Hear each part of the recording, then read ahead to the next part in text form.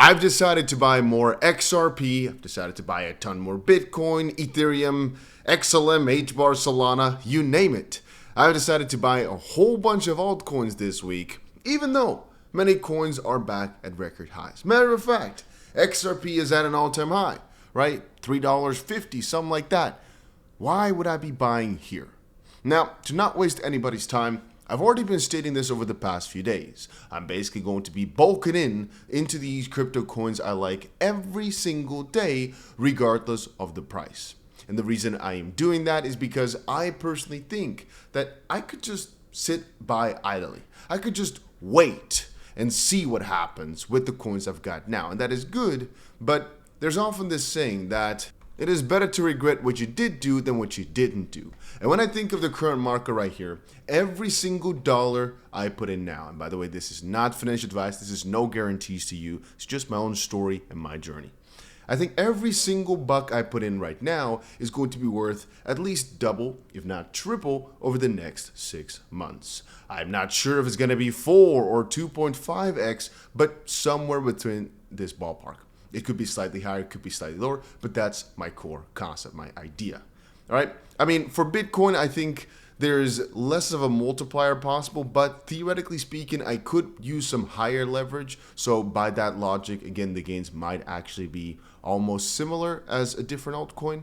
But of course, this is not going to be true. If XRP, for example, pulls a freaking 10xer overnight, then regardless of the leverage on Bitcoin, I will probably make way more with XRP. And that's also why my portfolio is more skewed towards altcoins in this time where Bitcoin has crossed past 120, because I just don't see Bitcoin doing more than a 2x, and I see literally every other coin do more than a 2x. Now, there's another wave going on. As you guys might have noticed, there are all these treasury companies out there right now, and what they basically do is they pick a cryptocurrency. For example, nowadays, Ethereum is really popular, but a very well-known one is MicroStrategy with buying their Bitcoin, right? There's a lot of strategies for how those companies might be priced, but really, when you start thinking about it, over time, all those companies are gonna keep on doing, and what they've done now, is just raise more money, buy more coins. And there's two fun parts. One is you're essentially able to front run them by buying these coins before they do, because they announce, hey, we're going to raise so much money, and then they buy it. So you get to basically buy before that. And two, they can kind of understand the thesis right there. If they're all going to be buying this and raising more money to buy and buy and buy, to some extent you might say, hey, that's maybe not sustainable, right? You can't keep that going on forever. On the opposite side, and here comes a very important kicker, you think that whole shebang with all the treasury companies and them buying all these coins, which by the way could happen for way more cryptos in the short term, plus the fact that only now ETFs will be coming, and all these combined things will literally now be at the peak already? I mean, it's just started. I personally think the euphoria for these companies coming in will be completely played out perhaps in a year or two, right? Perhaps in a year or two, there's not really that much margin anymore for these companies, because the whole strategy is a bit strange. It's like I'm starting a company now, and all I'm going to do is basically buy the S&P, and I'm going to raise money for that, and people are going to follow me. You know, the whole concept now is still pretty new, and I think that's why there's possibilities. My point still stands, though, which I tried to say earlier. I still think that any single day I get myself coins right now, they'll be worth a multiple multiplier in the near future. I'm not saying far, by the way, before you press that, I messed up. I was going to say, before I move on, make sure you press that like button, but I stumbled over my words a little bit, so yeah. Regardless, now that you've pressed that like button, let me continue on. I was going to say, normally, and this is the funny thing, over the last couple of years, because I've made this video many times a video like this, almost every single time is it oh, we'll probably have an altcoin season, but we're not sure. Oh, it'll probably happen between now and the next couple of years. You know, it'll probably... In this case, what I think now is literally happening when I look at almost any single coin here, is that I think once we look back, this will have been an altcoin season. Like, this is already a good step into it, as we've done a pretty crazy pump. And of course, it could be that right now what we're seeing is what we saw back in November of 2024. And then, you know, we go down for example, a few more weeks, and then the real altcoin season starts, sure. But really, when you start taking a look at almost any Bitcoin chart, just from the history or whatever, if you start looking out, right, you zoom out a little bit, you realize that it's been years of up and up and up. And if you just not been a little wuss, and you just kept on going, kept on buying. Even with leverage, it doesn't really matter because the dips, turns out, really never have been actually that crazy, right? If you just continue that up, you'd be up tremendously. And so I always say it like this. Unless you right now are saying, nope, this is where we end, no further, then what are you really betting against, you know? Like, what is really the counter here? Because again, the only other argument is that we go to basically zero from here. We never break the high. It's just down and down and down for years. But I personally feel as if there's really not been any euphoria. There's really not been any excitement. And no, I'm not 100% sure every altcoin season is going to be the same. And I also personally think that you should not take it too lightly to take some profits here and there. No, I'll put those all in. But I will again state that I personally think any coin I'm putting in right now, because again, I have a pretty good stash that I can still allocate, is from a risk reward perspective, better placed now than almost any other time. Like, this is a very short window where, again, I see the high point being between August of this year and January of 2026, somewhere in there. It's a 6-month span, and I just know for myself, if I just keep it up, I spread it out, I really try my best to just keep on buying. Literally every single time the market dips or whenever I feel the need to click, it's going to reward me. Just like it has done over the past 3 years, basically, since November of 2024.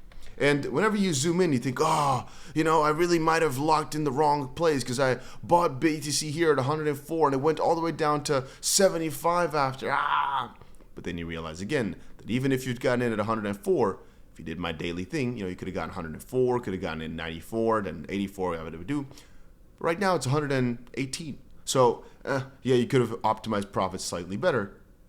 But profit is profit, really, right? And that's the thing I think a lot of people are getting wrong. They think they have to be perfect when it comes to all of this. No, I really don't believe so. I really believe if we see a multiplier of 10 on most of our coins, let's just keep it a bit more low. Let's say 5, a 5x on most of our coins. If you bought, for example, XRP at 350, 311, in the end, I don't know if it really matters that much. It's similarly to thinking like, oh, it's going to go to $14 or $15. Like, both are huge. Who gives a crap? And it's the same when I always say, when Bitcoin, right, in the back ends. Did you buy Bitcoin at 962 or 1,062? Well, it's both like $1,000, right? We don't really look at the details of that no more. And I kind of feel the same as if I ask you now, did you buy XRP at 54 cents or 59? Well, theoretically speaking, that's a 10% difference. That's actually quite a lot of schmeckles. But then again, looking back, it's like, oh, you bought it around 50 cents? Even if it was 64. People still like 60, 50, it's all the same. Now, I've mainly got 2 strategies in place to do so, where I'll be adding to my positions, basically. One is just, I'm going to be adding more to my positions here on 𝗏𝗏, for example, every single day. And you might look at this and think, Dusty, you're crazy. You already got a little over $1.5 million open on these things. Why do you keep adding? Well, I told y'all what I'm basically going to do. I'll just buy, let's say we buy 20,000 right here, right? Right now, at this spot, even though Ethereum is extremely high, we want to buy just a slight, teeny bit more. This is normally a point where you sell, right? Well, our first sell targets really come closer towards 4,000. There have been a lot of people who said, no, it's not going to hit 4, it's not going to hit 4. But the funny thing is, ETH is not even close to an all-time high. I don't think 4,000 is that big a deal. Just like how right now people said, no, Ethereum will turn right back around once it gets to 2,800. And then we just kept on blasting through and through. I think perhaps indeed there is going to be some slight hiccups around the end of 3,900, but actually that's still a couple $100 away. But also my secondary strategy is what I've been doing with all the bots. You've seen it in almost any single one of my videos. It's just, in my opinion, even though I'm not a financial advisor, I'm never making any guarantees, and whatever I'm doing right here is just my strategy that I'm showcasing to you. You can do whatever you want to do, right? But that's all the goal here. What I've also done on Payonics, which is basically where I've got these bots open. And by the way, if you want to check any of these trading platforms out, the one you saw just now was 𝗏𝗏. It's the one where I have the pretty sizable positions open. And then the bots are all over on Payonics. It's the links right here. You can also copy any single one of my settings. There's always a little button that says copy my bots. You can just check it out there. But I'm also thinking, and I'm actually going to be doing it over the next couple of hours. I just have to kind of sit down here, of opening more coin margin bots. So I'll just quickly explain again what I've got going on here. Some people don't like to see the results of all this, but I'm telling you, this is a 10K to 1 million challenge. Just keep looking back at my channel every few weeks and you'll see how we progress, right? You don't have to copy me. You don't have to do what I say. You don't have to really even like it. But the results speak for themselves because, again, if it doesn't make intuitive sense, I wouldn't show it to you. But here, it's just so logical how it works. All it does is it gets itself a position in, then it's going to get itself, every time the price goes lower, it's going to buy itself more. Every time the price goes higher, it's going to sell a bit with basically the remaining dollars that it's not used for the main long. That's what it does. And it does that within your price range. It does that in the amount of grids you set, the amount of different buys or sells. But this is one where I keep compounding. There's a little button that says compound. I do that for only one of my bots. In theory, I could do it for more, but I think just to showcase in videos, it's actually easier if I don't, so people understand how it's actually been doing. If I keep compounding, you kind of start to lose track of what we started with and what the results really have been. But if I was not recording this, I probably would compound on more of them, but also you're increasing your average price, making it inherently something you got to watch out for a bit more. So it is a double-edged sword. Regardless, as you can see right here, right? We start this at $2.11, right now at $3.40. You think, oh, wow. The thing is, this, and actually most of them, even my most profitable bot, 𝗕𝗁𝘀 here, was actually at a long loss for a while. And the price going up is one thing, but maybe now I don't have them anymore.